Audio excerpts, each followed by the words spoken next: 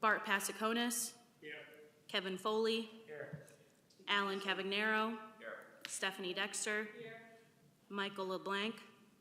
Robert Verte. Stephen Wagner. Paul Bernstein. Carolyn Carey. Atif Qureshi. Indy, we'll get you your name tag. We have one for you. You're an alternate, so come on up to a seat. Can we give Mindy Lewis her name tag, please?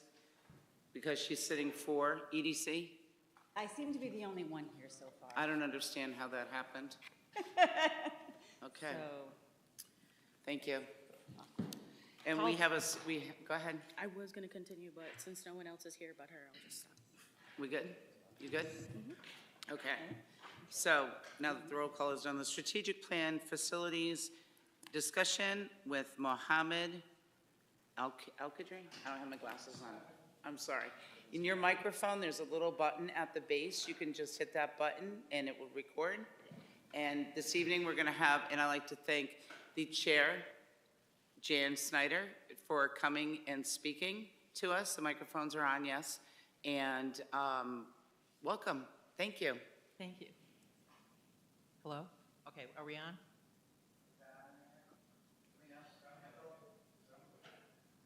Okay, great, thank you. I'm Jan Snyder, and I was fortunately assigned to the Strategic Planning Committee, which was a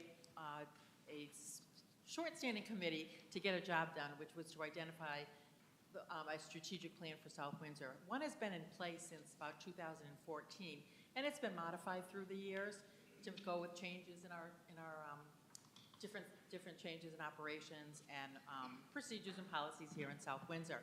So we're taking another look at it, and I think first and foremost, I'd like to thank the Town Council on behalf of the Strategic Planning Committee to give us this opportunity to reach out to our residents, which has been a huge turnover over the past maybe 8 to 10 years, and reach out and pick their brains to see what do you want this community to look like in the next 5 to 10 years. So we started last summer, took a while, and we are on our feet. We have, I believe, 12 or 13 members, mostly members of all different members of the community. And we have been working with our strategic planning planner. And I want to introduce him, Dr. Mohammed Al-Qadri. He's at the end. And he is from UConn. He is the head of the UConn School of Public Administration for UConn. And he was very graciously, UConn graciously accepted our invitation to take over the Strategic Planning Committee review. So without any further ado, I'm going to introduce Dr. Al-Qadri. We're calling this a listening session. So don't be afraid to share your thoughts and your ideas, and Dr. Al-Qadri will take us along, and we'll get there with your input. Thank you.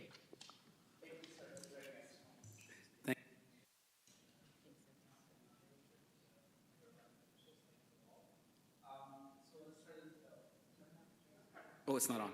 Okay, great. Now it's on. Thank you all. It's a pleasure to be here. As Chairwoman Snyder mentioned earlier, my role is really to support the Strategic Planning Committee as they draft the plan and as they submit it. So we are at a stage where we're collecting information and feedback. We already did a citizen survey, and some of you around this table have helped distribute that, and I really appreciate that. We were expecting 400 responses. We ended up with 2,500 responses, which is really great. This is congratulations on having such an engaged citizenry. Then we held a listening session with the administrative team, the leadership team. And then now we're having this session to listen to elected officials. And next week, or in the next couple of weeks, we will be talking to business leaders, to civic leaders, and to new homeowners with the hope that we would just roll all that information together from the survey and from the listening sessions, and then have a culminating meeting of the Strategic Planning Committee, a retreat on May 6th, where we will sort of bring all this information together, make sense of it, and roll it into one strategic planning or strategic plan or a draft strategic plan that we will eventually bring to you all. And you'll get actually, with that, you'll get as an appendix the results of the survey, the citizen survey, so that you all get an idea about what the citizens said and a summary of the listening sessions, of course, as we do that. So today, what I would like to do is gather information from you all so that your voice is included in the drafting of the plan, not just in approving the final version of the plan. So I have, I would like to ask you 8 questions. Hopefully we'll be done like in half an hour to 45 minutes. As the chairwoman of the Strategic Planning Committee mentioned, please feel free to be open. This is brainstorming more than anything else. And what I did is I printed the questions and the feedback on a piece of paper. I'm going to ask them. I'm going to give everybody the opportunity to say what they want about that. But for those of you who don't feel like they want to express that in public, they can just put it on a piece of paper for me, and then I'll collect these at the end of the meeting. So out of this meeting, what I'm going to do is I'm going to listen to the recording, transcribe the recording for the strategic plan, and look at the printed, So please, as someone who is handwriting challenged, I want to beg everybody to, if you're going to write on these pieces of paper, to write legibly, please. So thank you. So again, so the first question so in the strategic planning process, we look at strengths, weaknesses, opportunities, and challenges or threats, but we also look at the values that guide what the town does, what town officials, elected officials, non-elected officials, what guides them, what matters to citizens. We already asked the citizens those questions. And then we also look at what the priorities should be over the next 5 or 10 years.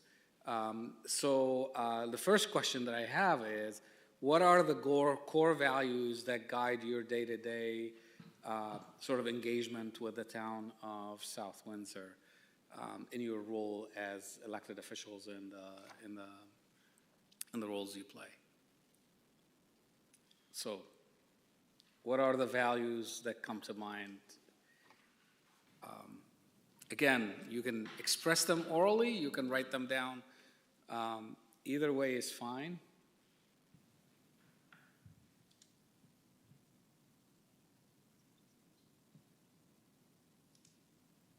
And I gave everybody the choice of having 2 values listed.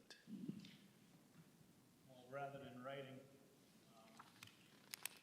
my things as a planning and zoning commissioner, I think it's one of the commissions that we, doesn't matter whether you're Republican, Democrat, Independent, doesn't make a difference. We represent 27,000 people, and I don't let politics get in the way of my decisions. So that's my core value.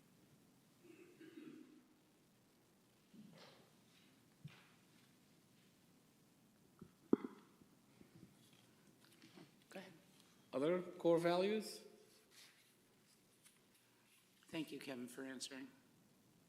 Thank you. Oh, go ahead, Councilman Kirk. Just looking at the question, the core values, like how I approach, the position, as a counselor and and fulfilling the responsibilities of the counselor. Basically, what I always go back to, and I guess we can call it a core value, is just how can I make it just what I'm working on somehow better. Sometimes we don't know where we're starting. Sometimes we don't know where it's going to end up. But just find a way to add value. make a positive contribution to whatever it is we're working on, whether it's working on an ordinance or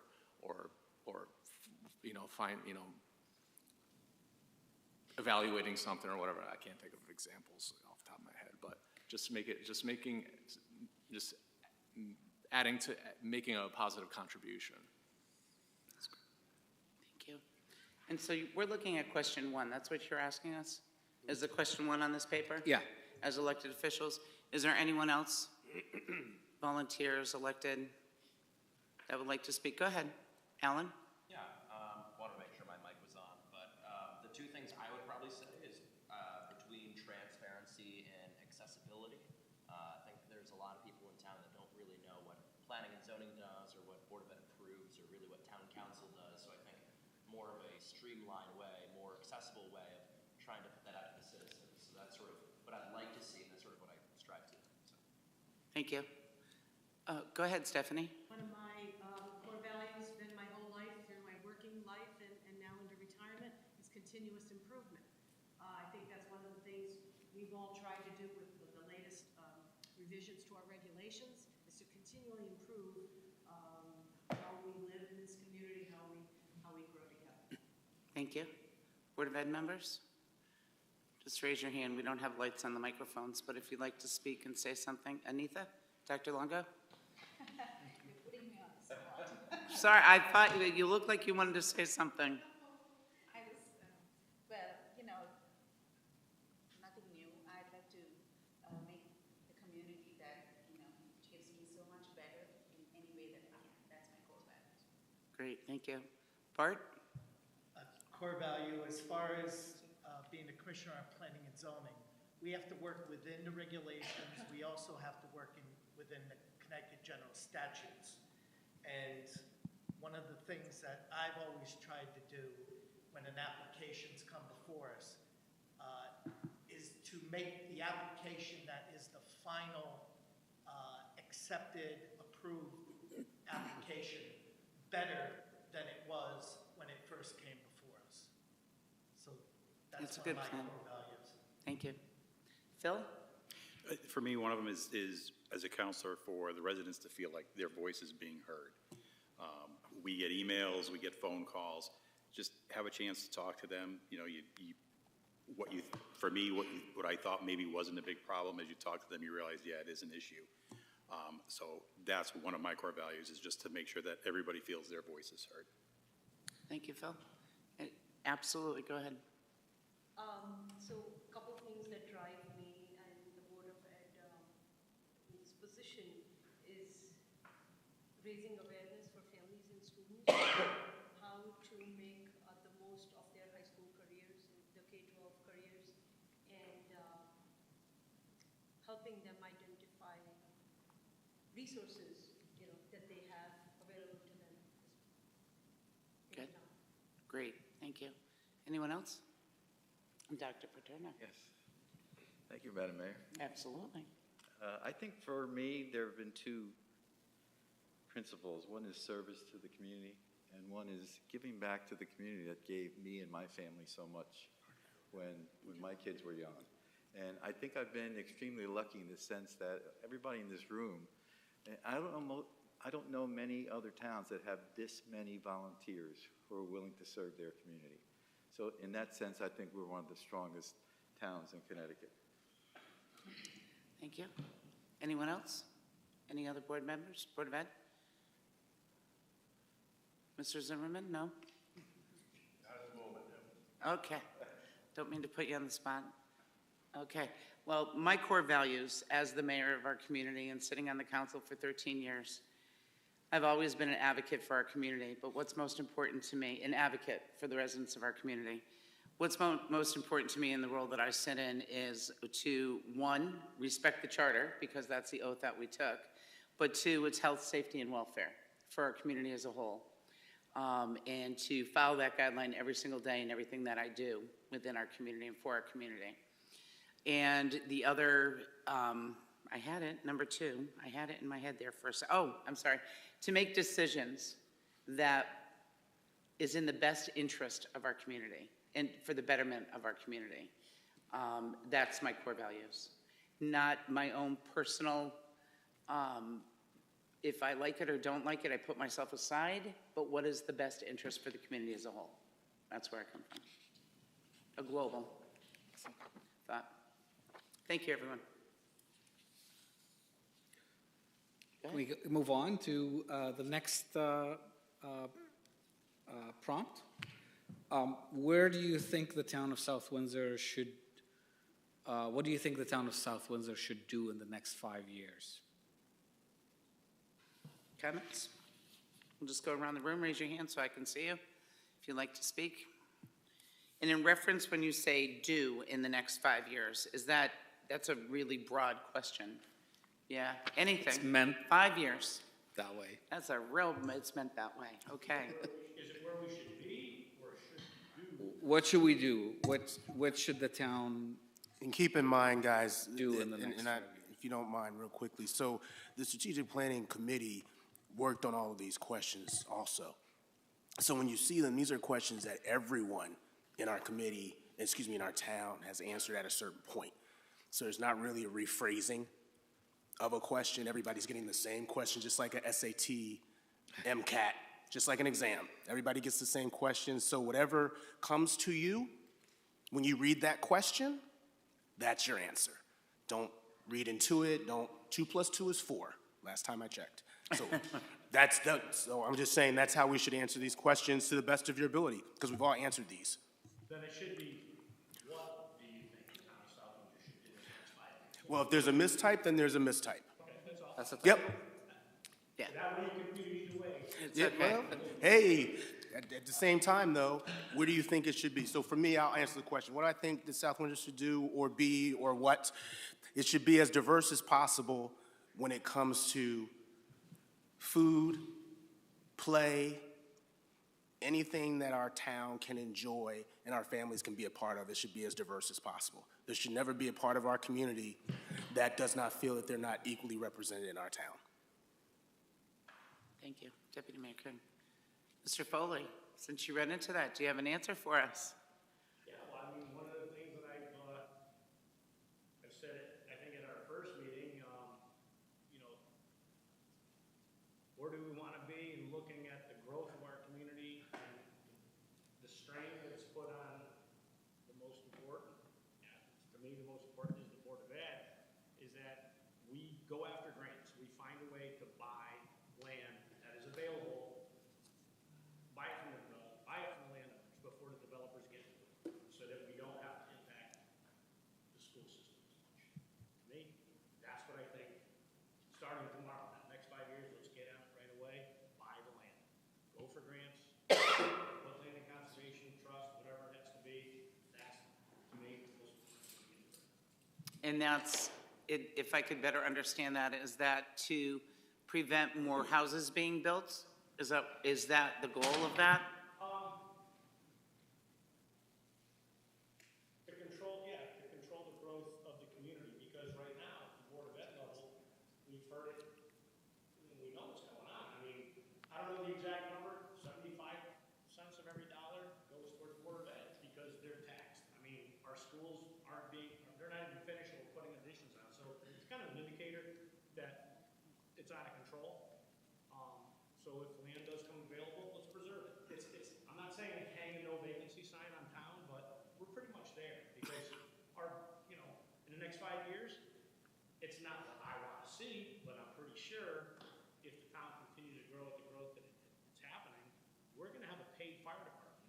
If you guys aren't ready for the $4 million a year impact, get ready. We either buy the land or, these volunteers that we have are tremendous. But as you can see, we all know what's going on with youth. They're not volunteering like Packy and Jay and these guys. The world is changing. We need to be ready for the change in the next 5 years. We're going to see a paid fire department. We need to buy the land. Glastonbury, Bob Johnson, that town manager, guy's a rock star. Anything that came up, he put it out as a referendum to the taxpayers. Do you want us to buy the land up? And every year, these people voted yes, yes, yes, and they bought the land up. And they have control of development in that town. We have no control unless we buy. It's an interesting concept. Thank you. And you did mention the keyword, and so did Council Paterno, about volunteers. And I just want to thank everyone that's sitting in this room for volunteering your time once again. I want to thank you, because volunteers do make South Windsor a lot better, and all the volunteers that we do have. I'm not going to comment on the fire department, but thank you. Well, we don't put our lives at risk. They're, you know, I'm just saying, those guys, it's a whole different story. You know, but we need to, again, our properties are our investments. And again, as you look at the enrollment of volunteers in our fire department, we all want volunteers to stay forever, but we're gonna need some paid drivers during the daytime. I talk to these guys all the time. There's change coming, and that's what needs to happen in the next 5 years. Thank you. Any other comments for Dr. Lunga? Pretty much reflects what Mr. Foley says, so meet the needs of young families and the growing school population with, any requirements that they might have in terms of facilities, programming, those kind of things, because it's all coming, it's all going to be necessary. And secondly, I also think that, again, it reflects on what Mr. Foley was talking about, preserve our farmlands, and if there are any working farms, support them in any way that we can, to help them thrive, continue for at least as long as they can. And the council just approved the, anyone can jump in, the Open Space Task Force Master Plan, where they've expanded properties that are there for us to, purchase. Also, we have opportunities for development rights on some lands, so we are forward-thinking with that, so we can obtain some of those lands. Any other comments? Absolutely, Ms. Dexter, Commissioner Dexter. So, I know we talked about economic development in the last meeting I was at, and the other side of that is cost savings, right? So what South Windsor can do in the next 5 years, I personally feel, is to reach out to our budding towns and do more regionally. Can't wait for the state of Connecticut to go to county government, I'll be dead. But what we can do is talk to area towns. We've done it with tracks, we've done it with some IT services, and maybe some volunteer fire, backup, but we need to do more. So there should really be a lot of work being done in that direction to save money, in case the next big warehouse doesn't show up, That's it. Any other comments? Mr. Zimmerman, Chair Zimmerman? Yeah, I'll just follow up on Mr. Foley's comment. Last couple of days, I've been going over some old emails. And what he's talking about, unfortunately for our town, it's not a new idea, but it's an idea that we haven't necessarily taken full advantage of. And I'll give you 2 examples. So if we were right now at the community center, the senior center, and we looked at the high school, to the left, you would see 3 or 4 houses between the community center, the senior center, and the police department. Our former rec director had an idea that he wanted to do public after talking to the town manager about when those houses came up for sale, wouldn't it be a good idea to try to buy them, and then we'd own more land for Nevers Park? Think of what you could do in that park with those homes. A little more near and dear to my heart is there was also discussion by the former town manager in a public meeting years ago about if land became available next to the high school, if you were at the senior center and you looked to your left, wouldn't it be a nice idea to have bought some of that land because our high school currently is landlocked? Anybody that goes to a number of the high schools, I'll use Holland as a perfect example, they have so many more options there when it comes time for whether it's fields or expansion of the school. I don't know how many acres they have. Now, they had the advantage of the highway and stuff, I'm sure land was cheaper, but they bought it up. We chose not to. Saved a few $1 million here or there. At some point, we're going to pay for that. So the town has had the opportunities, has talked about the opportunities. I also saw a recent comment, again, by our former town manager at a town council meeting, and this is probably 4 or 5 years ago, where he talked about the fact, and I want to make sure I get it correct. I think it's the old Gerber property, where the, Ticket Network? Ticket Network purchase. I guess at some point, the town looked into purchasing that. He made a recommendation not gonna go into the figures, but it was unbelievably inexpensive. And he had plans for that land that, again, I suppose he shared with the town council. I didn't know about that until I was going through some old emails, because it came up at a meeting that I happened to be at, but I guess I didn't understand the discussion. So to Mr. Foley's comment, he's right on target. I'm not sure there's prime land like that available, but there's certainly land available that would lessen our costs down the road. So we have another chance, I guess. Councilor Kubasky? I'm also going to fall in line behind Mr. Foley on his comments. The town has grown tremendously over just the 20 years that I've been here, and growth comes with a cost. Now, in talking to some volunteer firefighters, they've also told me, I asked, where is the tipping point for us to move to a paid fire department? And I was told we passed that about 2 years ago. So this is something that we're going to, within 5 years, we're going to have to look at that. We've got to make sure our services are keeping up with the growing population. And it's unfortunately, it comes to at a cost to the citizens and the residents. We've got to figure out a way to offset that. But I agree with Mr. Foley. He picked the biggest elephant in the room. It's the fact that we're growing so fast, we have to either figure out a way to slow the housing developments in a way that we can at least keep our services in line with where we're going with that, or we start making these switches and we start moving from small town to larger town, small city, because that's kind of where we're headed. Thank you. Councilor Paterno. Thank you, Madam Mayor. Well, I guess I'm kind of in between in the sense that I think there are two things we need to do. One is to develop a true town center. We have been lacking that for a long time, and the Stop and Shop Plaza seems to be the best candidate for that town center to be developed. And secondly, I think we still have to grow, but we can do it in a smart way. So we could start looking at buildings that are abandoned right now and bring in businesses to refurbish those buildings instead of using new land. And then at the same time, the balance is we actively pursue farmland preservation. I think that we can find a balance is what I'm saying. Thank you. Thank you. Councilor Kaczkowski? Thank you, Madam Mayor.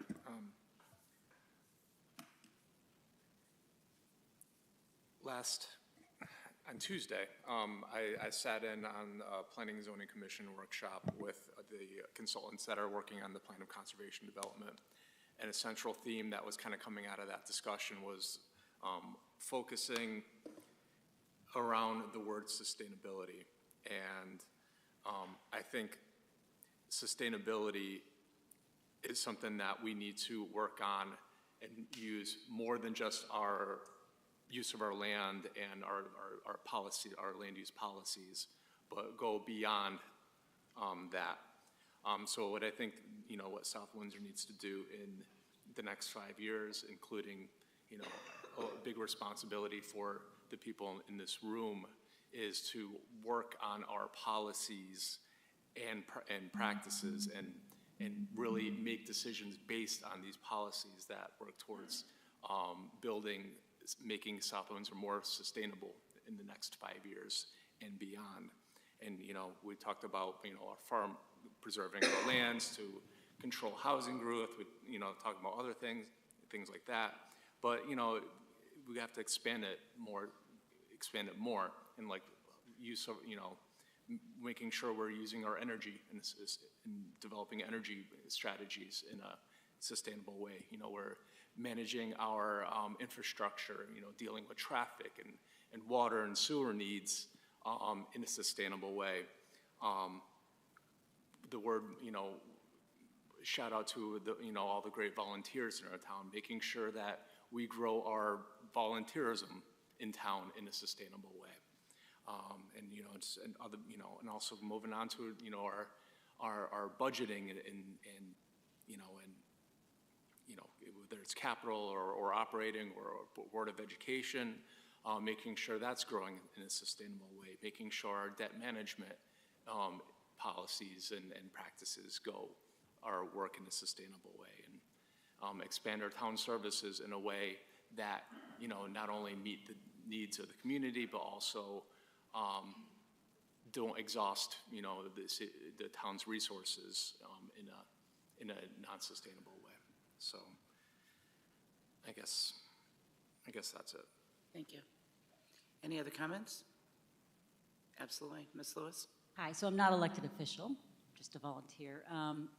But Merrick said the magic word for me, which is traffic. It's going to come to no surprise of me bringing that up. But with all of this growth that is needed, you know, for tax revenue and all that, I want to make sure that we are paying attention to the traffic and we're keeping up with changes we can make to make it better. Like, there are so many areas where there should be a left turn signal, and, you know, you get stuck there for a long time. I'm just thinking with all the increasing traffic in the next 5 years, we should be really, you know, at least to somewhat extent focusing on ways we can improve traffic, maybe figuring out how trucks can be rerouted off of residential areas and things like that. Thank you. Any other comments? Well, one of the reasons, I'm just going to comment, one of the reasons that this quad board was created was because I was looking 5 years out, and I'm thinking 5 years out. And the purpose, or my intent of the purpose, and let's hope we can get there, is to have a comprehensive, all together, everyone on the same page, plan on where we can go and will be in the next 5 years. What is it going to take for us to get there? For financial sustainability and financial stability for the town, for the budgeting, for the Board of Ed growth, for the town side of the government budget, for the taxpayers, for the businesses, but for all of us to understand, each one of us, each one of our groups brings a special interest to the table that we all need to hear each other. So I'm looking for a comprehensive plan and understanding so we can all listen and work together to stay successful in what we do in our community, whatever it may be, but it's going to take steps. It's going to take time. And we've already started that by meeting. And the goal is to meet quarterly for us to come together, figure out where we are, figure out what we're doing, figure out where we're headed. The strategic plan will help us and give us some ideas on what we can improve, where we can head with that, but and pull in the strategic plan. Pull in the strategic plan from the Board of Ed, pull in the plan of conservation and development, get everything together, pull in the capital. So we're all on the same page, so we all hear everything that's going on. Some folks attend the capital improvement meetings, some folks don't, so they're not sure what's happening and what projects are going on. Some folks go to the Board of Ed, some folks don't. So this is an opportunity for all of us to share our information with one another. So 5 years down the road and where we are 5 years from now, I would hope that we have a comprehensive, cohesive group that has worked together to obtain sustainability and being successful financially, being successful with our smart growth, with EDC, being successful with providing, you know, the education that's needed within our community, and being successful with, you know, bringing in our businesses that we need. So that's kind of why this was created, for me, anyways. My vision, I guess. I don't know. Let's hope it works. Go ahead. Thank you. So moving on, I apologize for that typo. I just didn't see it. Now what you were asking. And I didn't even like it, but she asked. So what do you think are opportunities that the town of Windsor, that exist and the town of Windsor should take advantage of? South Windsor, sorry. Yes. There was a verbal typo. Our opportunities, Ms. Dexter mentioned one. If you could reiterate that about. Regionalization? Absolutely. Yeah, just maybe do more of it, that's all. The tracks opportunity that we have with area towns, it's East Hartford and East Windsor, I'm not sure. East Hartford, Manchester, and South Windsor. Mm-hmm. IT, but let's, maybe on the subcommittee end, they can brainstorm some of the things that, little low-hanging fruit that could be done, you know, right away. It doesn't have to be a big project. I thought there's things. Regionalization is not waiting for the state to come in, but to see if we can work on regionalization within our area communities. Mr. Maniscalco? We had Yep. a little thing where I used to work, it was like a peak on a peak. You just need a little, save 1,000. The next one saves 2, then pretty up to, you're up to 10. It's a mindset, and I'd love to see the town have that mindset of cost savings and not always spending. Correct. That's just- Thank you. Anyone else? I know that in going what Stephanie said, that there are other communities that, even with their public works department, like specialized equipment, that they work, I know like Glastonbury works in conjunction with Bolton and Cottage, like they have a knit where instead of us buying I'm just gonna throw something out, you guys probably know what it is, but a rock for, landscaping, working on athletic fields. Instead of every town owning one, putting out $7,200 to buy one, they all pool in and they get it and they share and they repair it together. So they, even with skid steers and equipment, they share equipment. If there's a project going on in Bolton and Glastonbury has it, that public works guy calls Greg Ferran, and who came from South London, and says, hey, can we use it? Yeah, we're done with it, take it. And it works. That's an interesting concept. We do that with our leaf. We get Vernon's leaves for our composting program. We do. We're doing a little bit. Anyone else? Opportunities? Councilor Paterno. Thank you, Madam Mayor. Well, again, as Councilor Kozakowski mentioned, I think we really need to go further with our energy efficiency in town, whether it's heat pumps or thermal energy, more solar projects, LED lighting. So that whole idea of sustainability is something we have to approach. The second thing is cannabis. I'll give you some numbers. In July of 2023, it's projected that there will be almost $10 million in sales tax because as you sell cannabis products in town, you're allowed to charge a 3% sales tax that comes into the town. By 2024, they project that $10 million to go to $14 million. By 2025 to $18 million. We're not getting. That's per town. No, that's total. However many, there's about 35 or 40 outlets right now. So those towns are, as a conglomerate, that's what they're receiving. So it's something that we ought to consider. There's 3% of sales that will be used for many projects. The state has said you can put it into your general education budget and use it to benefit the community. So I think that's something we should be seriously considering. We're only allowed one in this town because of our population. We should have one. And right, Andy, we had one. They moved to Vernon. We approved it. Yeah. I don't think they moved yet. We approved it. No, I know, because they were here already, so it was a hybrid kind of thing, and they applied. But I guess that location was not working for them because of the parking, right? Isn't that why they finally decided to go somewhere else? Because of our, the regulation is per 25,000 Yeah, residents, so we're allowed to have one. right. You did approve the hybrid, and unfortunately, because of the location of parking, they will get two. I believe so. Well, you can, It's unlimited? Go ahead. Councilor Kozakowski says it's unlimited now.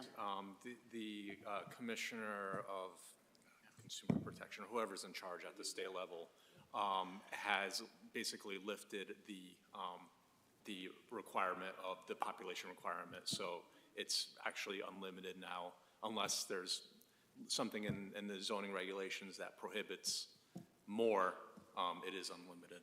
For schools. Yeah. At the time that we did approve the one on Route 5, it was, Yeah. one per 25, so we did approve it. Yeah. Let's start seeking out a company, Mr. Maniscalco. Or two. Or Economic Development Commission can do that. Mindy, take the, our EDC person. Bring it back. Counselor, hello, sorry, Chair Zimmerman. Yeah, I mean, an opportunity, I would hope that all our legislators would keep working at trying to increase the state revenue that comes to South Windsor, because every time I look, and I understand it's based on economics and formulas, but I just see other communities getting so much more money than we get, whether it's education or otherwise, whether it was the recent federal money towns next to us got, double, triple, and quadruple the amount that we got. Think of all the capital projects that we could have accomplished.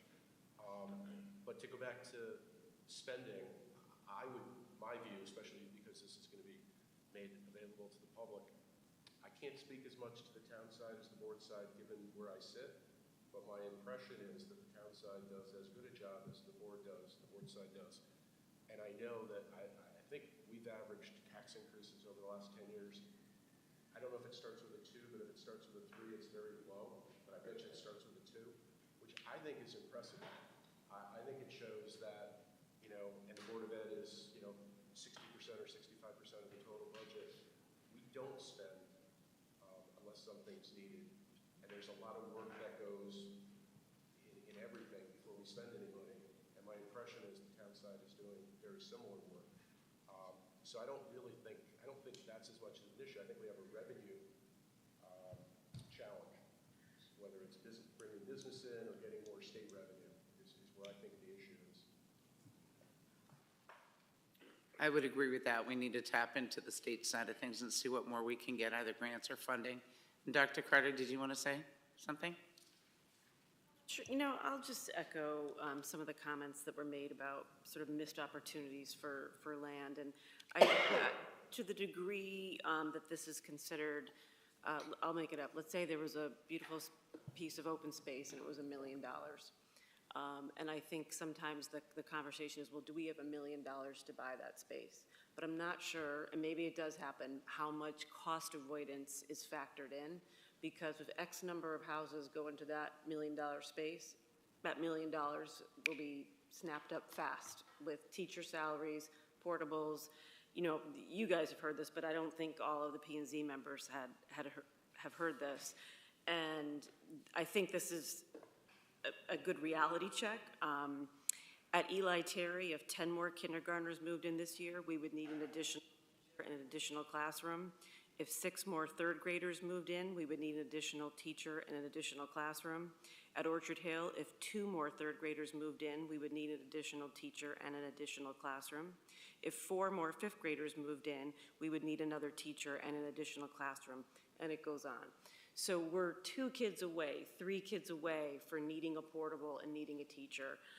Just in the scenarios, I didn't finish them all, but that's $500,000 worth of salaries, and it's millions of dollars worth of portable classrooms. So it is worthy of the cost avoidance side of the equation when you're thinking about purchasing land, because if it does fill up with homes, we have to be ready to pay for that. And my concern is that there has not been, unless I'm unaware of a fund out there, I'm not sure where the money is coming from for all these portables we're going to need. We are maxed out for classrooms.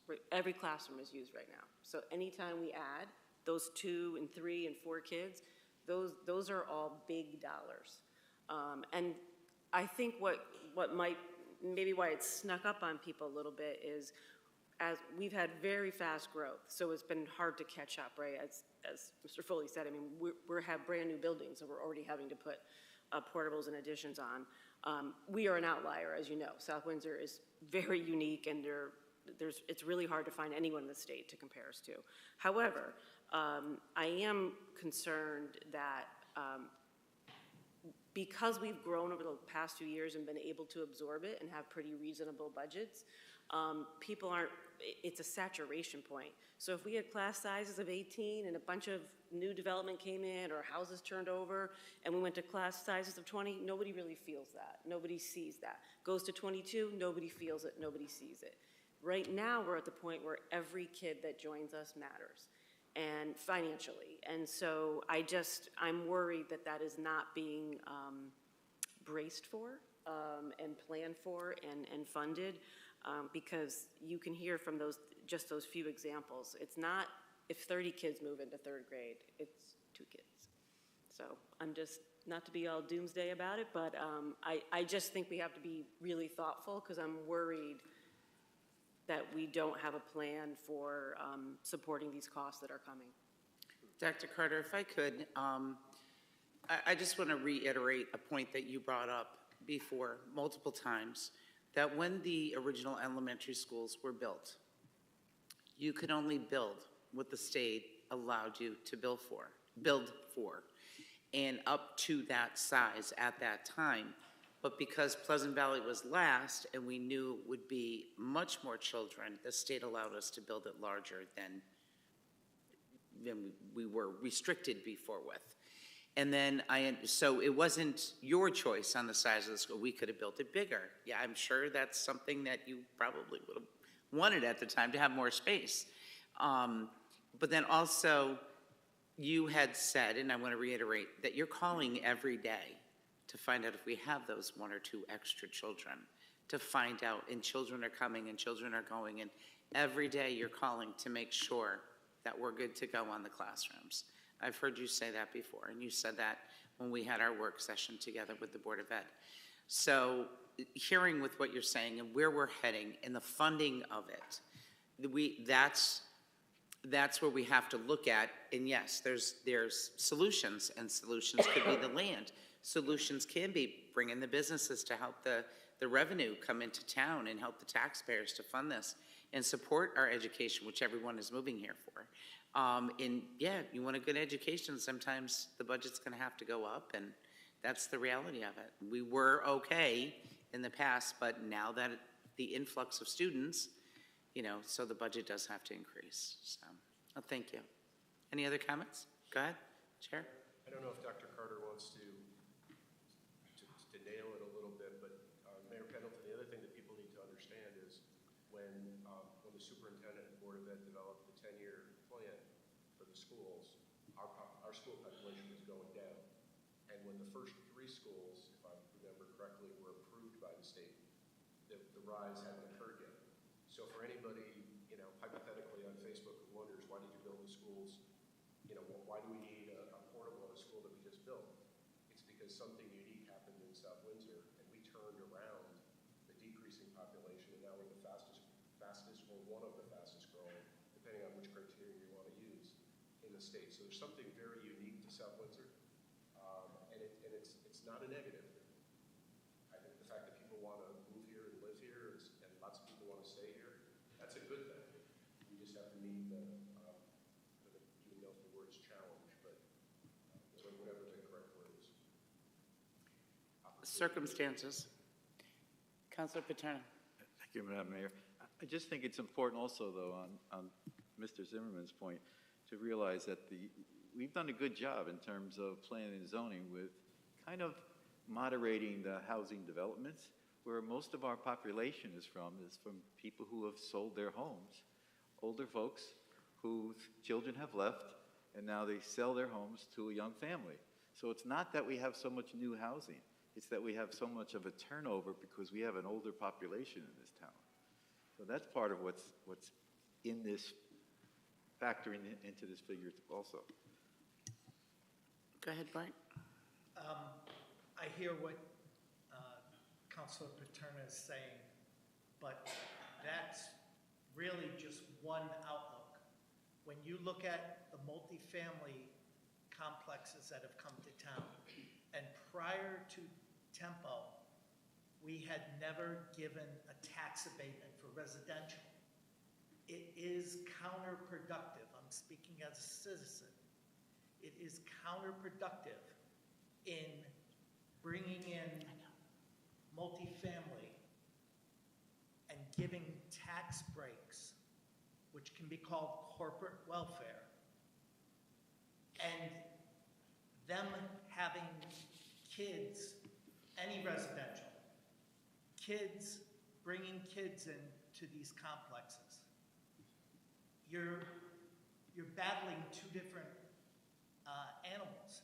You're increasing the school kids, and then you're also giving the developers money. It's counterproductive. And for residential, that's got to stop.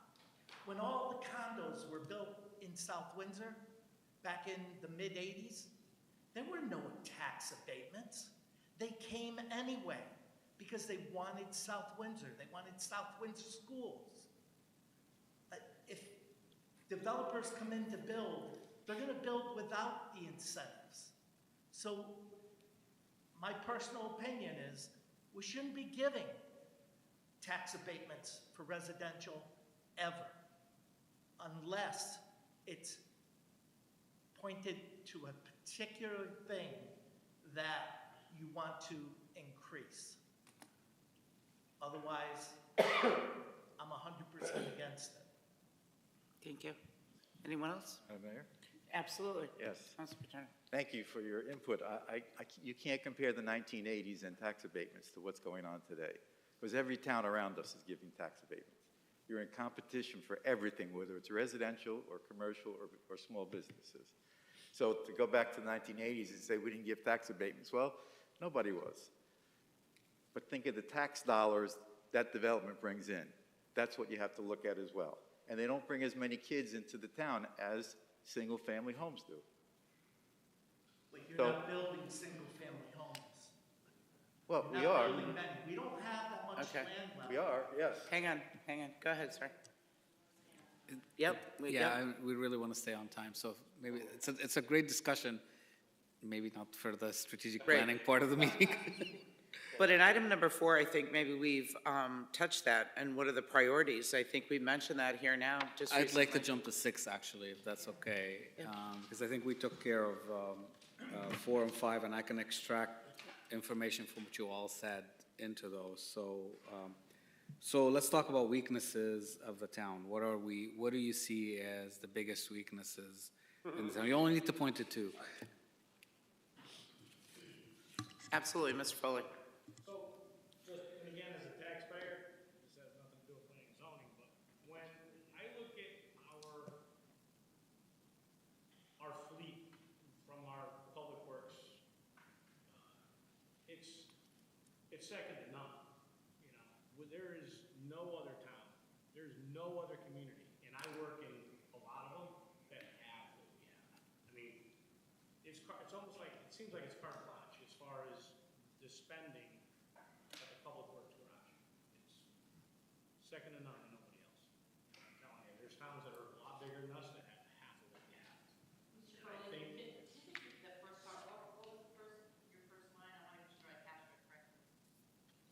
The public works, Public works. oh, sorry, thank you.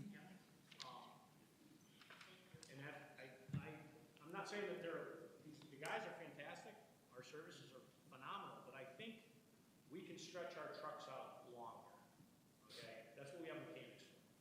They're not parts changers, okay? That's what we have, you know, Freightliner of Hartford and Kentworth up in, we can send things for repairs. We do not, it's time for us to, some fiduciary responsibility as far as I'm concerned, we can take equipment longer, okay?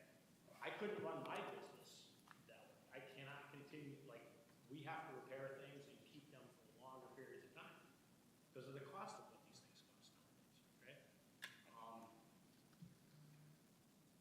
It's one of my biggest gripes is when I see the iron that rolls through this town. It's incredible. Thank you. Any other comments? Looking around the room. Councilor Kozakowski? Thank you, Madam Mayor. I think one of the weaknesses that South Windsor has, I don't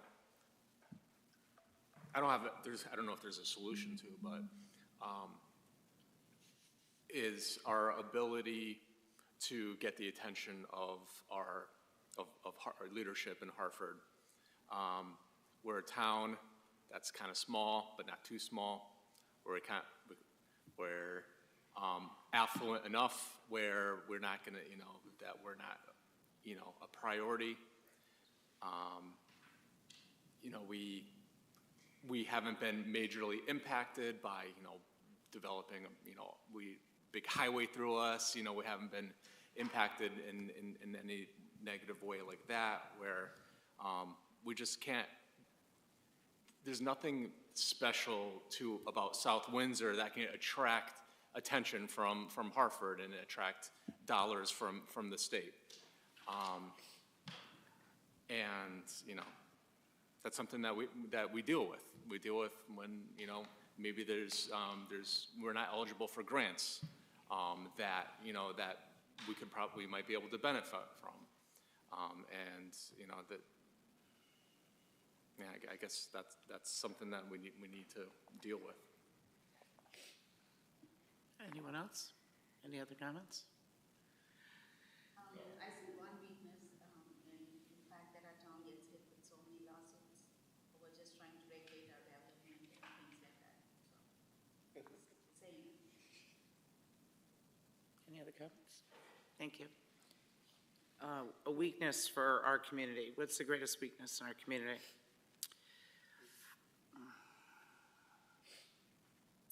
I don't see a weakness. I see there is one area that is always a target, and that's capital improvements.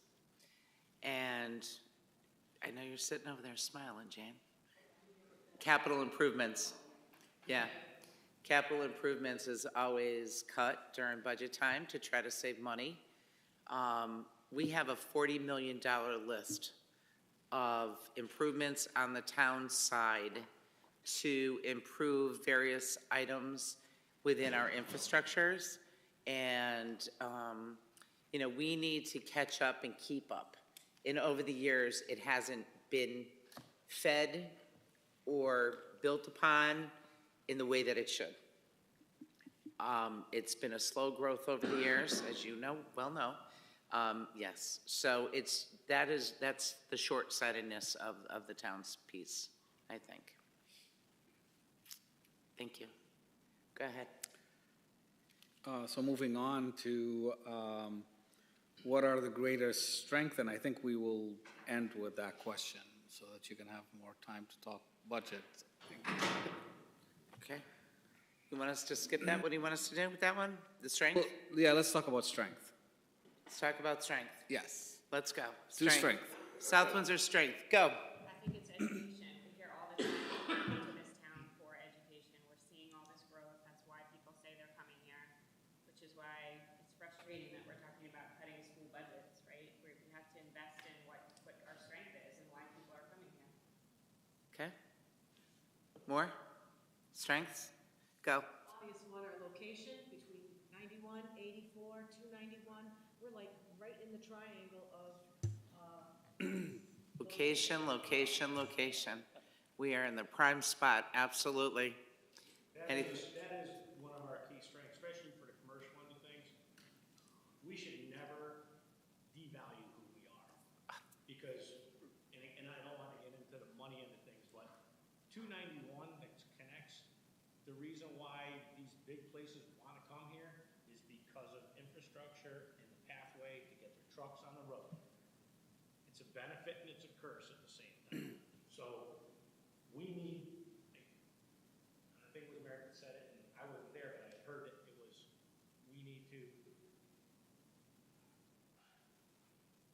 set a goal on what we want for our zone for what we want. Zone for what we want. And it's like, the town is Liz, you and I, is born and raised. I don't know how many other people were born and raised in this town, but I've never left, never going anywhere, and I've watched the growth. It's a beautiful town. And we have so many resources, and, you know, again, the school system, it's not growing the way it is because of any other reason. I mean, people aren't coming here, you know, work in a warehouse. They're coming here to put their kids through our school system. And that's where our burst is coming from. It's about quality, not quantity, you know, and we have great quality, we just need to control it. That's us. Other strengths? Strengths? Oh, okay, go Craig. So, you know, I'd second, you know, obviously sitting where I'm sitting, what Mrs. Essman said, and I think we just need to add a couple lines to it. I mean, we have a fantastic staff in the school system. We have fantastic leadership. You know, we've got good support over the years.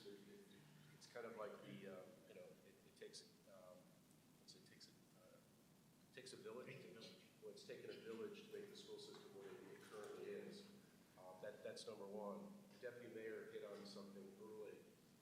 I've lived here since I think I was 7 or 8 years old. I moved in, so I don't quite qualify. But that's like, 56, 57 years. So I've been here for a while, and I really like the fact that the town looks different now than it did when I first moved here. It's much more diverse. It looks like the United States. It didn't necessarily have that feel, 20, 30, 40 years ago. So I think that's a big improvement. And I think that the future is bright. But I also think we need to look at the challenges and be willing to meet them. And hopefully we have I know we have a community that's very supportive of what they want. And I think we just have to, there's going to be some challenges over the next few years. And hopefully we all have the leadership that can meet that challenge, because it's not going to be easy. Thank you. Councilor Kubowski? I think some of the strengths that we have, the education system, probably at the top. One of the other things is if you've attended any of the concerts at Evergreen Walk, you go to the ball fields on a Saturday. We have a community who enjoys getting together with other members of the community. And I think Councilor Paterno's mentioned earlier about Town Center. We have an opportunity to go from Stop and Shop up to Evergreen Walk, where we can look at different things that we can do.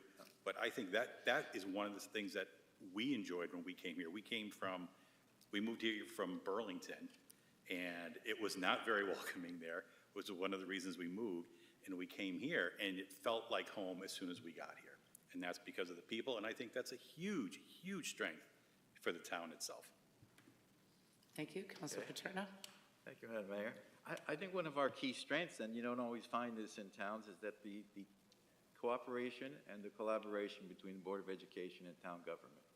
That's not always an example that you find in other towns. And, sometimes there are tough budget years, but that doesn't mean that we don't work together to find solutions. So I think that's a strength for this town. Go ahead. And the volunteers. We have, hands down, we've got the best volunteers. Kudos to the fire department. And, us here, again, we don't put ourselves in harm's way, but those guys do. But even coaching, all the athletic, when it comes to athletics and stuff like that, we got good volunteers. Anyone else? I like to say that Dr. Carter and I had spoke one time, and I said, what makes us so special? Remember I asked that question?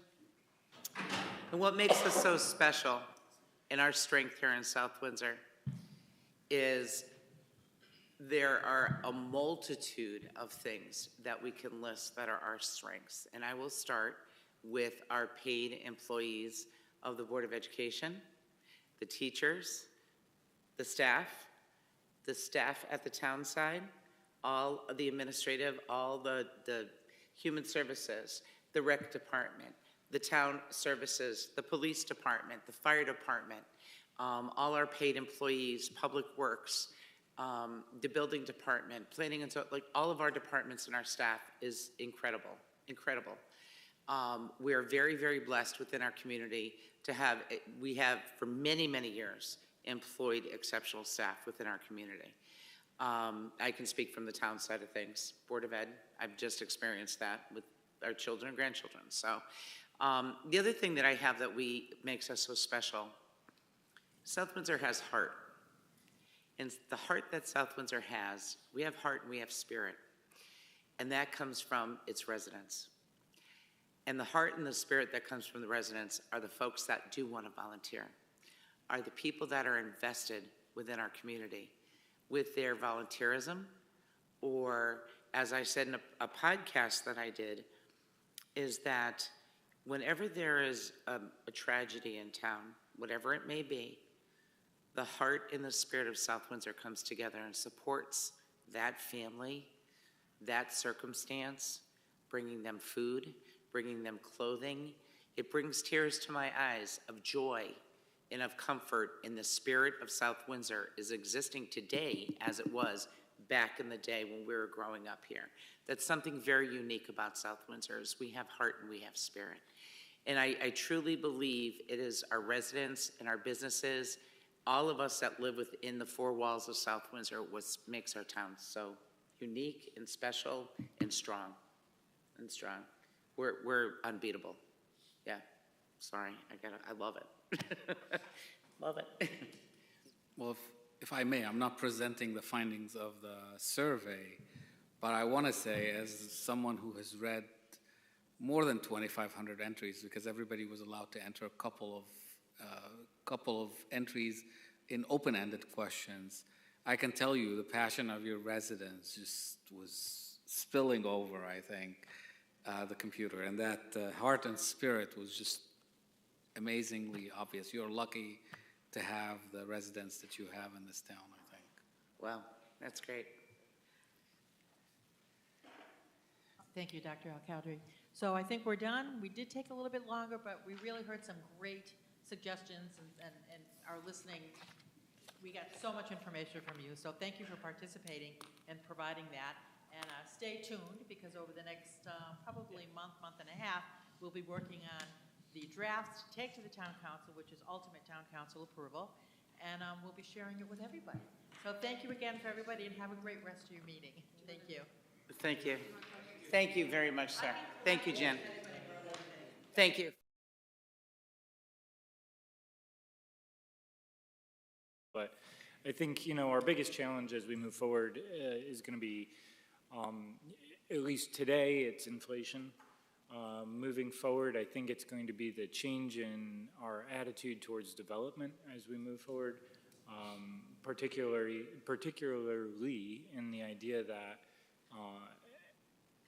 currently we're developing new locations, and we need to take a shift and look at redevelopment of existing locations and how we can promote those as much as possible. That's been a challenge to date, to be very honest.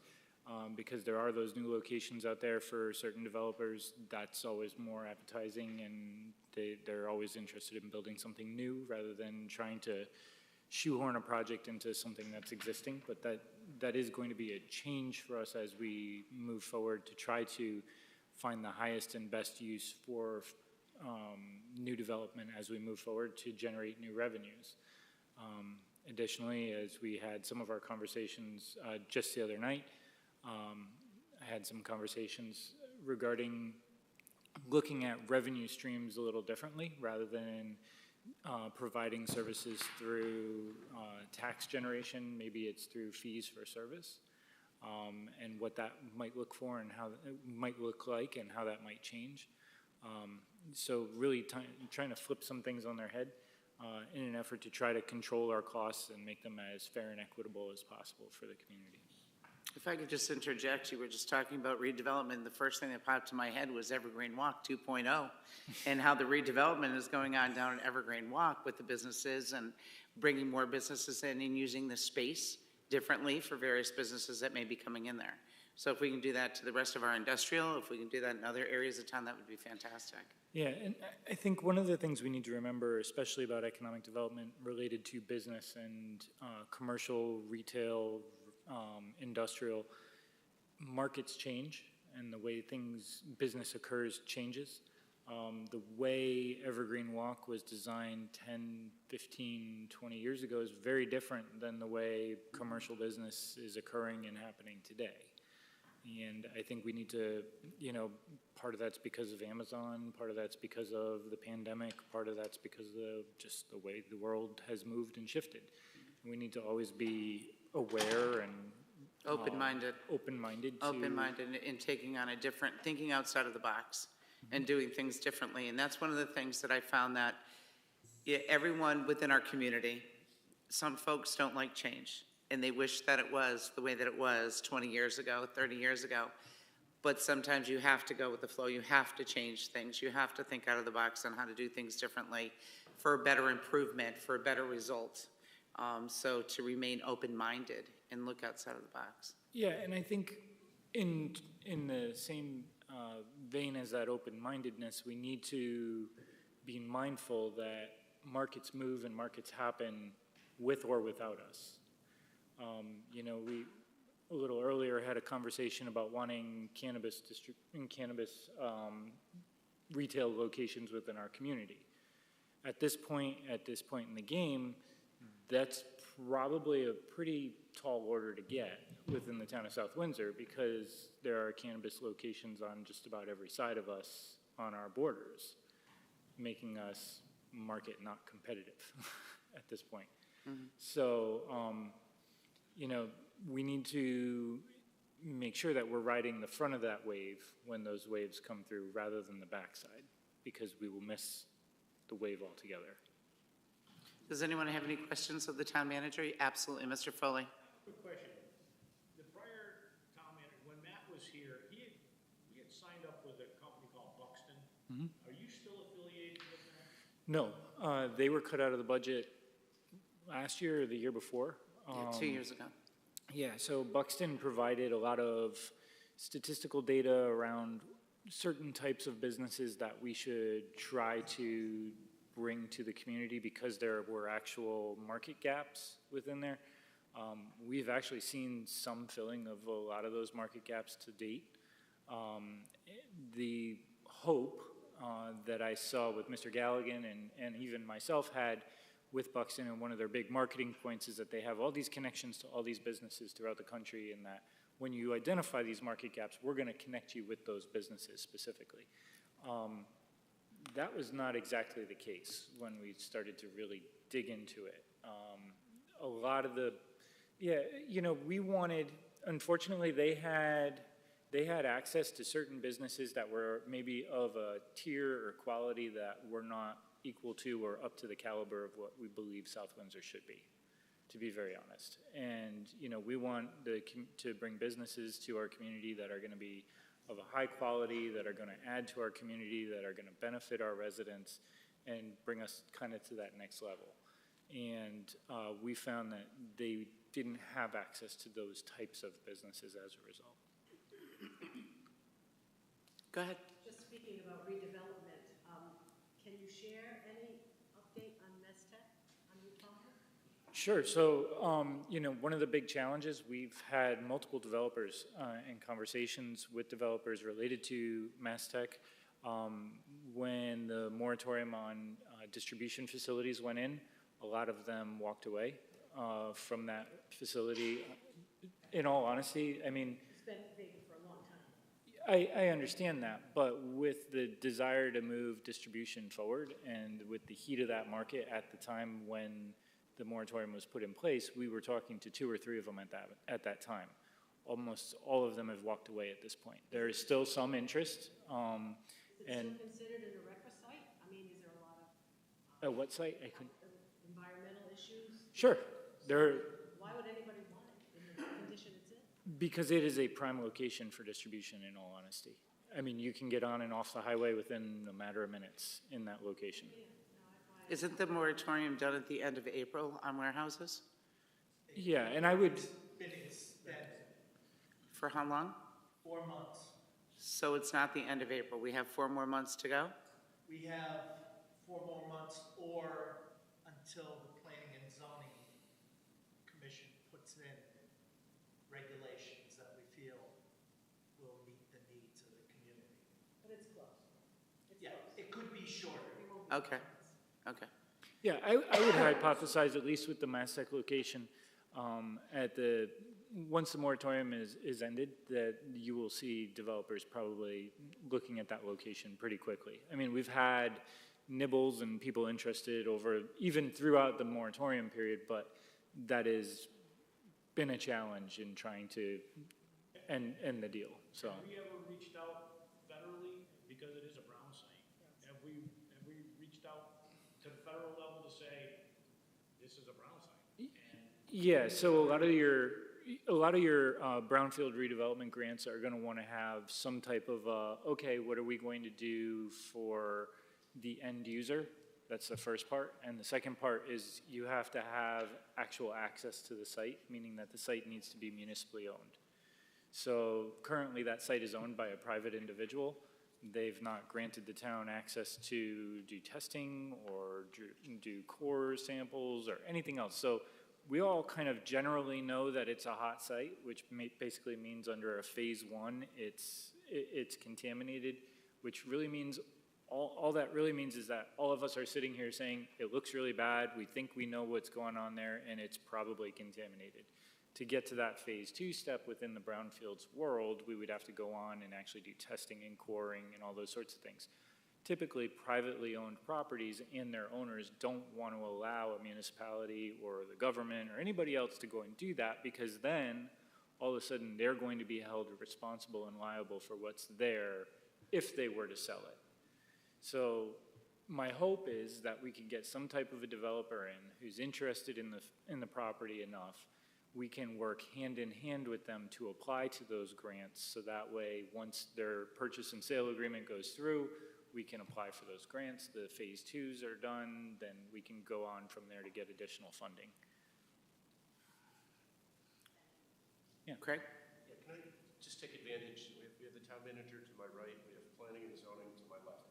I think there's lots of people in town, myself included, sometimes that has questions about development. So I'm just going to make a quick little statement, and maybe you both can tell me, am I incorrect? And if not, I'd love to have you guys get into a discussion. Because I think there's like, so if we read tomorrow that a new bank is going to come in on Buckle, what we would read quickly thereafter is what's wrong with the town government that they brought in another bank. Unless we own the property, unless the town owns the property, I'm assuming other than planning and zoning setting rules for what can go in certain areas, people that own the land are the ones who determine who they're going to sell to, and the people buying the land get to determine what they're going to build. Again, if it's in an approvable location, all the offsets, all the rules. But Square peg fits through the square hole. But in general, you, the town, has nothing to say for what comes into a various property unless the town owns the property. Correct. I mean, we live and work in a free market society. So if there's an individual that owns a piece of property outside of the town and they bring forward an idea, whether how savory or not, we like that idea as long as it fits within the planning and zoning regulations and rules that they have laid out. That's what they can do there. And for the people that own the property, own the land, it's kind of difficult sometimes, you know, after the fact for, like, I know you redid some of your regulations, but you also have to think about it as you're doing that. The fact that we have some people that have owned property in town for 5, 10, 50 years, and now we're going to sell it, and they bought the property, they sat on the property, if you will, for a period of time, thinking that they were going to be able to do X. So if you just radically have changed, I know you made some changes, but every change was probably well thought out, understanding that you can't pull from a rug from under somebody who has the property, who there's a bank to the right and a bank to the left, and you own the property in the middle. If there's another bank that wants to come in, or anybody else that wants to come in, as long as it's allowed in the area, that's the reality. I would love at some point if that discussion could actually be a discussion and happen at a council meeting, where, because more people watch council meetings than board meetings, or maybe planning and zoning is probably pretty close recently. But I think it would be helpful for the public. Maybe the Journal Enquirer would cover it instead of some other things. You know, 3 people show up to a meeting and everybody's against spending. That was today's headline. You know, maybe there could actually be a real good discussion that would help the public understand sort of the reality, because I think there's a lot of misconception out there. Can I just address the bank issue just specifically? Because I think I've heard this a number of times. And I think as a community, we need to look a little differently at bank branches within our community. I had the opportunity to sit with a bank executive while I was at a conference not too long ago. And I said to them that we are just consistently having bank branches open up, one after another, all the way down the road. And I said, you know, people are complaining about it. And her exact response to me was, you should be extremely excited that you have that many banks and banking institutions interested in your community, because it is a sign of your community's affluence, its economic health, and its fiscal health. Because for a bank to open up a new branch within your community, they have to go through all sorts of regulations and approvals at the state level and banking committee level, and they have to have the sign off and okay that that community can sustain that banking branch. So it's not something that just happens overnight just because they think it would be a good idea.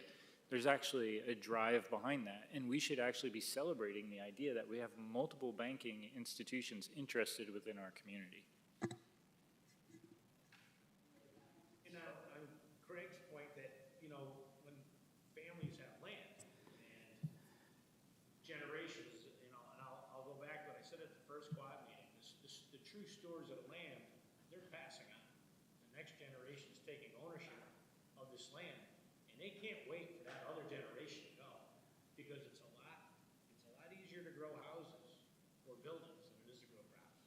And they make instant cash, and they're rich, okay? That is my comment that I opened with, is that's why, you know, buying land down in the South Windsor Meadows, you can't build anything down there, okay? So don't waste the money down the hill. It's up top is where those kids are gonna come. In the Meadows, down there, looking at. You gotta be smart with how we do our spending, okay? But to the point is, you're right, people that, they have the right to sell their home, but 2 more kids in one school tips the scale. 3 more tips the scale. It's very important that we get the community involved and say, we want to buy this land, we want to preserve this land. Put it out as a referendum, do you want to stop? And I guarantee you, too bad the gentleman left, that should have been one of the questions. Because that, I'm gonna tell you straight up, Bob Johnson, Glastonbury, they put that out there, and it's a referendum question all the time. And those people cooperatively just say, here's the money, yes, spend the money. He has the right, he's retired now, but he has the right, if something came up, let's take it. I don't know. You're fine, go ahead. You know, I take a look, like, the thing that, you know, you take a look at Willowbrook, right? It's a closed-down golf course. We know that there's 45 lots available in that parcel. If it was to be developed. If it was to be developed. We need to work in cooperation with the party to say, what can we do to preserve this? How are we working in conjunction with you? Because if not, that is gonna tip the scale, not just, you just don't have, that's ridiculous. Like, you don't even wanna, that's a nightmare you don't wanna have. Let alone pay fire department, but that is the nightmare that you guys are, you're in big trouble. We need to act on this stuff now. And that's, Thank you, Mr. Foley. Thank you, Mr. Maniscalco. And moving on. Oh, I'm sorry, Councilor Paterno. Thank you, Madam Mayor. Well, to Kevin's point, just want to let all of you know, there was a large farm in South Windsor about 2 years ago that we thought was a valuable piece of property, and we offered $1 million. We thought that was very generous. Family had passed away, it's in an estate, the next generation, so the developer walks in, well, we'll give you 1.5. They took the 1.5. That's the problem. We're at that point where, yeah. It hasn't been because we haven't tried. But you got to work with. We've tried. my house right now, you get into a bidding war. Yeah. Right, we've tried. But your point is well taken. You got to work with the generation that's here now. Absolutely. If we wait too Those long. are the people you want to talk to. You talk to landowners that still have their hands in it before it gets to the next ones. Okay, moving on to the Board of Education. Dr. Carter, comments? Just to reiterate things that you've already heard me say, for those members who haven't been a part of my budget presentations, you guys all know I started with our map, and I think this is just one of the most compelling artifacts as part of this budget discussion. When you're looking at a 10-year look back with 155 towns experiencing declining enrollment and only 13 experiencing increasing, and only one, South Windsor, exceeding the 10% threshold in that 10-year look back. So when you look at a map and there's only one town with one color and it's us, it shows you what an outlier we are. And my concern is that we've as you know, historically, I have put forth very low budgets, or reasonable budgets, I guess is how people would describe them. But I'm worried about the cumulative effect of masking the true cost. The budget that's in front of you at a 7.95 is not a number I ever thought I'd be proposing in my career when I think back 10 years ago. But that 795 isn't even truly meeting the actual cost of doing business. And that 795 is not a one-time only problem. If we were just having a spike with enrollment and then next year we're gonna get a little reprieve, you can figure out how to make some one-time, adjustments. This is gonna keep going. So every dollar that we don't spend now and invest now is a dollar that we're going to have to spend next year. It's just gonna keep getting steeper and steeper. And you've heard me say, I just really feel, it sounds counterintuitive, but I think our taxpayers need us to start, and to stop masking the cost, because it will only make it a greater spike and hit people in a way that they may not be expecting. So, and I think it's helpful to note that there are, to put it in context, there are only 5 towns in the entire state of Connecticut that spend less per pupil than we do. 160 towns spend more per pupil than we do. So it's not a spending problem. We just have a growth problem that's costing a lot of money, and there are, public education is a mandate. We can't just say, you know what, can't do second grade this year. So I am worried that the realities of what we're facing in cumulative years, not just this year, may not be fully understood or realized, but I'll keep saying it and keep making that case. But I think it's very compelling between that map and only 5 towns spending less per people than we do. I mean, that's a very, very compelling bookends of the conversation around our budget. Anyone have comments for Dr. Carter? I just have a quick question. Go ahead. And you might be shooting with an arrow, but we have like just our high school, our middle school and our high school. If you're filling up these schools and they're bursting at the seams, and we haven't done anything for the other two,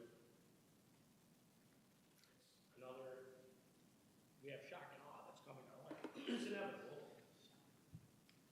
Yes and no. I mean, the piece with Timothy Edwards, there's some pressure points there, like the cafeteria. We've talked about not being able to manage the numbers of kids that will be coming through.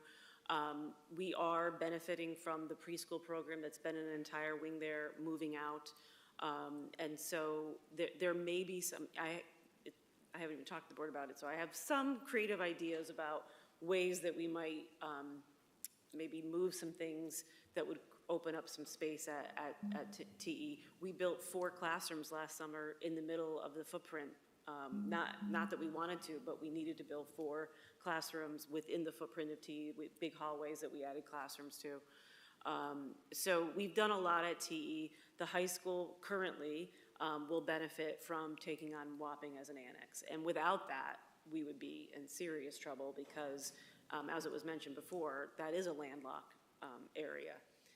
And so we're slated to get 500 more kids in the next 10 years at that high school. And anybody who's been at the high school recently, can you picture 500 more kids there? Could you say that again, please? 500 more kids in the next 10 years. In all of the schools? No, at the high school. Just at the high school? I'm sorry, I didn't mean to take your spot. You were speaking. Okay, sorry, because you had the floor. And the 500 just got me. And with the enrollment in the elementary schools over the next 5 years, 500 kids in the next year or the next 5 years? No, in the next 10 years, the high school will grow by 500. Got it. Our elementaries are projected to plateau at 2026. My only concern about that is that it's truly a plateau. I would feel much better if I was seeing a little bit of a downturn to create a little breathing space. As I said, every single classroom is maxed out. What number would we be at 2026 when they plateau in the elementary schools? I don't know if I have that number here. I think this is the reality that we all need to embrace, is the growth of the influx of the students that are coming in, not just this year, but years going forward. And that's gonna put, I mean, the budget's gonna go up. We're gonna have to pay for this. And that's why we need, economic development. We need to come together cohesively. We need to figure out what we're gonna do. So do you know what that plateau number is, Dr. Carter? I don't have that number here, but the exact number, but I can tell you that there's no relief. There may be a plateau at the elementary, but there's no relief where suddenly now we've got an extra classroom that we can use for this reading instruction that before we had to, do all these things. So, that's my concern. And again, we just don't know, because South Windsor is such an outlier, it is very hard to predict what will happen with South Windsor, because we're not behaving like any town in the region. So that is a concern that I have. I mean, maybe they'll course correct in a year or two, and maybe it won't be 500 kids coming to the high school. But my experience has been it's always more than they thought than less. So it is. Each year going forward, the budget is going to increase. The children coming in is going to increase. This is the first year of major changes and impactfulness to our budgets, to our town, to our community, to our buildings, to our structures. And it's only going to increase over the next 10 years. Well, 9 years? I mean, right now, the high schools where you're going to see the most staffing costs come in, as those 500 new kids come in. At elementary level, we should be kind of managing and plateauing at the staffing level. It is the facilities that I'm worried about, where we may need more portables, and those are expensive, but they're also fast. And because of our uniqueness, we could all agree, and maybe the town would support brick and mortar additions onto some of these schools, but those don't come for 4 or 5 years. And so when you're growing as fast as South Windsor is, your really only facilities option is to do these, get these classrooms that you can in a way that will happen in real time because of our growth being so fast and so different than any other town. And one of the solutions I'm thinking out of the box for the housing situation of the students, being the portables, is speaking with the state, because the state limited us as the size of our build. Now we're overgrowing, busting at the seams, we need portables. So we go back to the state and we say, hey, we got a little bit of a situation, we need to house our students. Maybe you can help us out since you held us constraint size-wise. So we are going to be having a meeting with the state to see what we can do to get some funding to help us with those portables instead of putting it all on us, because it was kind of so that's what we're hopefully going to be working on with the state. I think I don't know that it will end how we wanted to, but it's a reasonable discussion to have, in that we follow the space standard dictated by school construction. They're very familiar with our situation. They're very empathetic to our situation. I think one of the things they may be learning is that their space standards were developed at a time when most of the state, including South Windsor, was declining. And so their space standards work if you're flat or you're declining. They don't work out great if you are skyrocketing. And since almost no one is, they're not experiencing what we did. I mean, no one else was going back to the state. I had many meetings with them, adding classrooms in the middle of construction. That is unusual. And so most towns, they build it to their highest 8-year projection, and then over time, it actually gets a little more comfortable, a little roomier. We're having the opposite dynamic, which is we built to as large as we could within the space standards, which is why I do think it is a reasonable conversation to say, could there be some state aid in our attempt to, have to supplement the very programs that they supported and approved at the rules that they set. Right. Councilor Leidecker? Thank you, Madam Mayor. And it's not only just about, in my estimation, the physical space of the schools. I think we also need to talk about the practical reality in the schools and what's happening at the ground level. Because of COVID, I think a lot of kids some kids fell behind, and the teachers are struggling to try and be able to teach to such a wide disparity of kids in their classroom right now, to get some of the kids back up to level. But you also have kids who didn't struggle and now are exceeding some of the expectations. So we have interventionists in the school that are focusing on the kids who, are trying to get back to level, but we're kind of, in a way, forgetting about the kids who can advance. So I think we need to remember, when it comes to spending per pupil, we need to also invest in potentially additional interventionists or additional curriculums for some of those more advanced kids as well, to kind of level the playing field or to kind of encourage them as well. So it's not just the size of the classrooms. I think we really also have to remember, because, I just did all the flyers for the Pleasant Valley Book Fair next week. The majority of classes have 24 kids in them. 25 is the tipping point. My son's class just got a 25th kid this late in the year. They had one more kid in there, and technically I think she's over standards to be able to teach to 26 kids. She's got a great group, so she's a great teacher, so she can handle it. But I think we kind of focus sometimes on the room, but we also have to focus on the resources that we're giving our teachers, the resources that we're giving our kids, the supports. A lot of these teachers, I remember when my oldest son needed a 504 and his teacher said, well, we can start working with OT and get him fidget tools.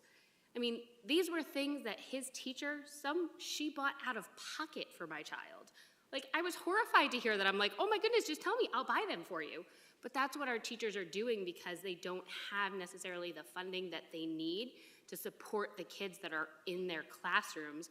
And they are so I don't want to say overburdened, because they're doing it masterfully, but in the reality, to have 24 kids at such a divergent level and to try and teach all of them at once, we've got to start giving our teachers, we need more teachers, we need more resources, we need more interventionists. So it can't be just about, the school and the size and the spaces. We really have to give these kids the supports that they need in these schools to get everybody to where we want South Windsor to be and what we expect. We demand very much from our Board of Ed and our schools, and they keep rising to the occasion, and we can't keep demanding that they rise to the occasion and then not provide them with the funding that they need to get there. Thank you. Deputy Mayor King? So I don't know if this is appropriate for this discussion, but I'll ask the question anyway. Even going along, I appreciate that. Thank you, Karen. What are we doing? I see so many organizations, and this is not just about the Board of Education. I'm glad, Mr. Foley, that you mentioned you did construction. Is that what you said? In the town, I'm assuming, or? Everywhere. Some of the things, and even my fellow counselor will suggest that sometimes we don't spend money within to keep money within. So we pay people everywhere else that pay taxes everywhere else when we have talents and people that pay taxes here that could do the same job. So my question is, I know that we are interviewing for principals and assistant principals and teachers, and I don't know, this could be an HR question, I don't believe so though, and again, I have to go off of something my fellow counselor always says all the time, is okay, how much business are we trying to keep within? And I would like to know how many, when we're looking at applications for teachers and so on and so forth, how many, and only because you brought up Glastonbury at least 3 or 4 times, how many residents are we paying Glastonbury to teach in South Windsor schools? Instead of paying South Windsor residents who may have the same degrees, who pay taxes in South Windsor, to teach in our South Windsor school. For example, again, from a business perspective, that's one of the first things that we say. When the pandemic hit, I used to work in sales and marketing. One of the biggest things that helped businesses stay afloat was that the town supported the businesses during the pandemic. And that was the big thing, it was a rally, social media was crazy with it. However, I find in certain industries, and I don't know if the school board is, we pay people that don't pay taxes for our town for the same talents that we have within our town.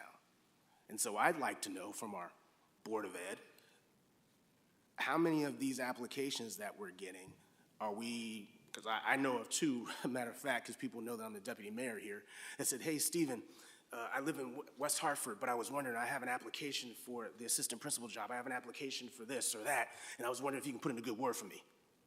And for me, especially being the oldest of 7, I'm always looking out for my family first. Going to the heart of South Windsor, I'd rather see somebody from South Windsor get the job that's paying taxes here because our taxes aren't going to go up, that's paying our water bill here because our water bill is going to go up, that's paying our sewage here because our sewage is going to go up, as opposed to paying someone from Glastonbury, whose town manager is so awesome. Yeah, no, it's okay. That's all right. But He just retired. Yes, exactly. He just retired. But my point is that, you know what? It's easy when you don't have to pay taxes when you're getting more money from us. You know, Glastonbury is they're hit. I also do substitute teaching. A lot of these school systems, they don't have the teachers. We're growing. And so they're coming to us to get jobs.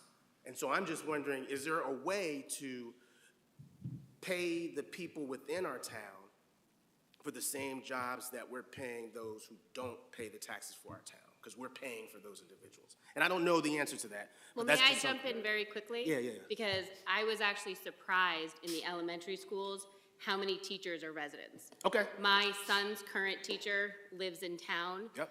Pleasant Valley has lost 2, if not 3 teachers to different elementary schools in town. Right. Because that's where they live, and it's easier for when their kids are in elementary school. Same thing in the middle school. I can think of at least 3 different parents that I know who work at the middle school or the high school. So I think it would surprise you to learn how many, and I don't know the exact number, And it but might. there are actually a lot of teachers in town that are residents as well. And it might surprise me. I just want to ask the question because, again, we're talking about tax dollars and so on and so forth. Dr. Carter, go ahead. Yes, we have a significant number of employees that are South Windsor residents. And we have over 800 employees, so we're a very large employer in town. But I will say, since we're talking about it, and this is not unique to South Windsor, but you've heard me say, any community that ignores the teacher shortage does so at their own peril. And we are a destination district. I meet with every new teacher that's hired, and invariably they tell me, I can't believe how happy I am working for South Windsor. Right. And I know that we are a draw, and we do attract people already in the profession who specifically want to be a part of the South Windsor team. But all that aside, I am very worried about the shortage. And that there's shortage, and there's also shortage of quality, right? So there's 2 things that you have to worry about. So I do think that that's not a South Windsor problem, that's more of a societal problem, but the teaching profession needs to be elevated, needs to be revered, needs to be paid. And I'm worried that, but it's a tall order to do that. You know, in any community, that's your highest cost center is your Board of Education staff, right? I mean, you're going to be a large personnel cost. But I am worried about the teacher shortage. I am very concerned at just what I'm hearing. If you were to ask teachers right now, would they tell their own children to become teachers? It's a surprisingly low percentage. So, but we know this, and I think there's a lot of things that we can do. We talked about the town's strengths tonight. There are a lot of things about South Windsor that will help mitigate that. It is a great place to teach and work in the schools, but we need to be mindful of that because I don't think people will realize it's a problem until you're in a community where you literally don't have teachers to run the classrooms. And that is happening in places already. A scary thought. Thank you. And now moving on to the, and no one else has any questions for Dr. Carter? Just clearing that up. Okay. Economic Development Commission. Yes, Wendy. Hi. I was not prepared to be the speaker tonight, so I'm not really sure what That's information quite you all want. right. I won't put you on the spot, but I just want to say thank you for being here as the alternate. We appreciate you. But I didn't know, Mike, do you have any economic development updates you want to provide, or no? Yeah, everything? Okay. Thank you. That's okay. And Planning and Zoning Commission. Yeah, I wasn't prepared to report to the group. Would you have questions you want to ask, and maybe I can do something from Does anyone have any questions of the Planning and Zoning Commission? Councilor Kozakowski. I think it'd be helpful if you could give us a little update on the plan of conservation development process and kind of what we could expect in the next, few months. Okay. That is something that's going to be going on for the next year or so. We are going to have a couple workshops. I believe we have one scheduled now for June 6th.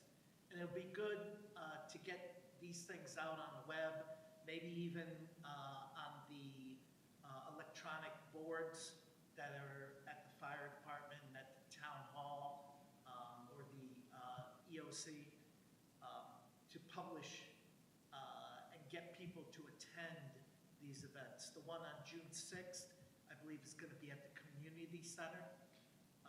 So that'll be a good workshop.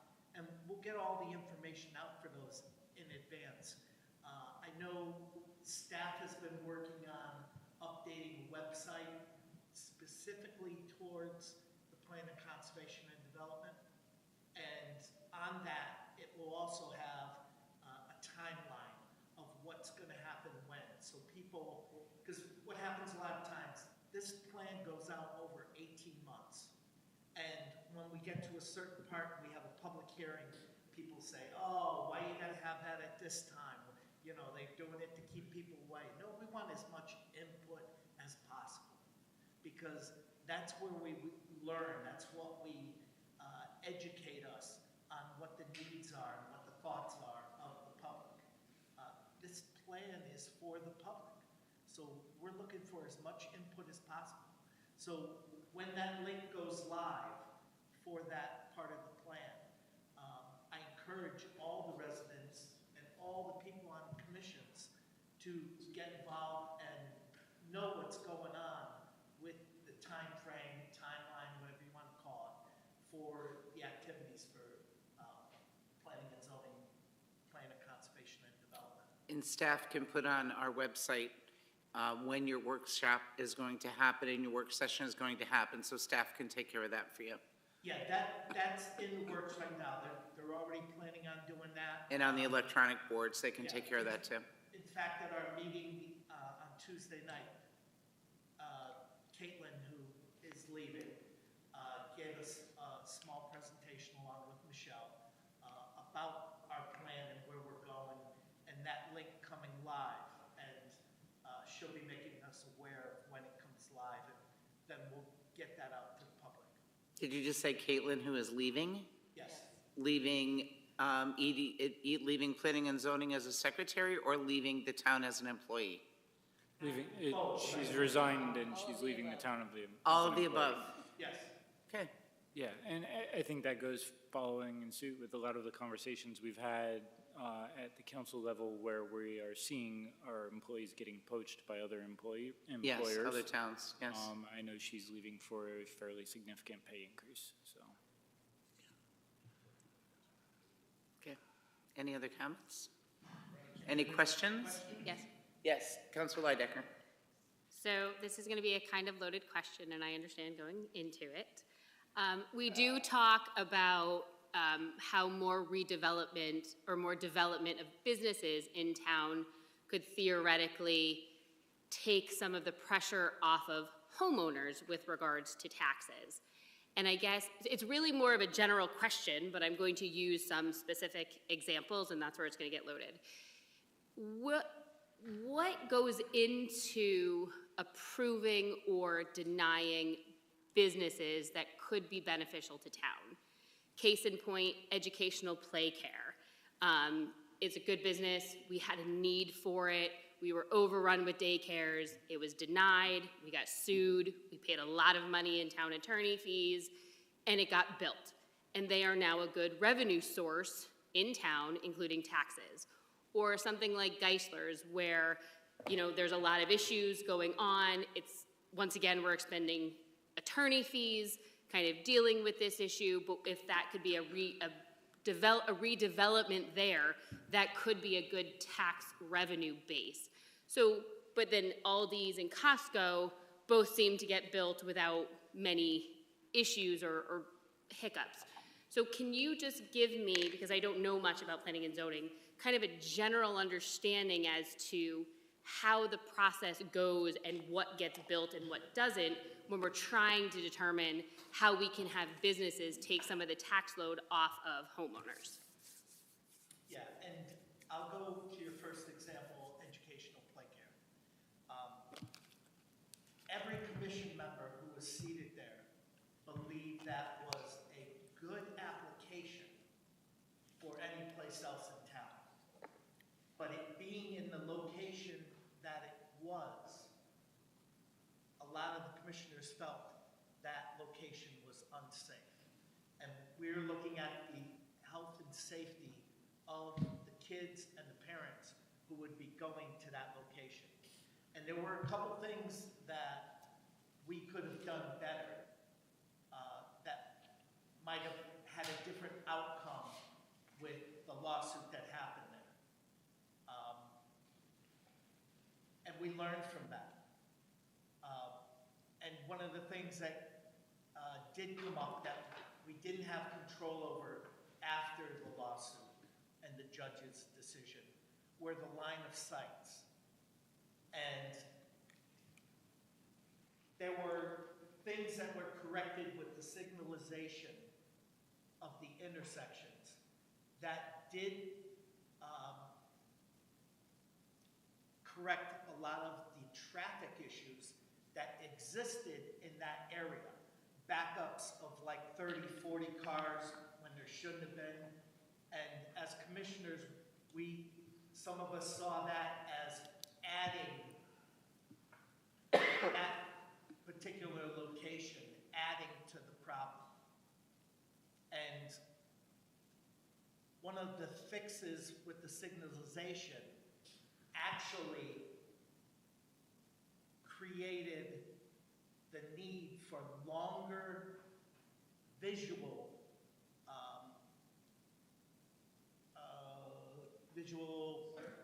sight lines, because once the signals were corrected, then you had traffic moving through there faster. And if we had extended that or denied it without prejudice so it could come back, which Commissioner Dexter had suggested, then we could have reviewed that afterwards. But we weren't able to review that as part of the judge's decision. And that created more of a possible hazard in the future. And I know the town worked with the state in that particular area, and there was a different surface put down in a lot of different towns, and I don't know if Mr. Maniscalco has any information about these, but the pavements that were modified in those areas actually created a safer stopping distance because of the type of paving that was put down. That overcoat was also put down in other areas like East Windsor, on Route 140. It was a lot of areas that had state routes, and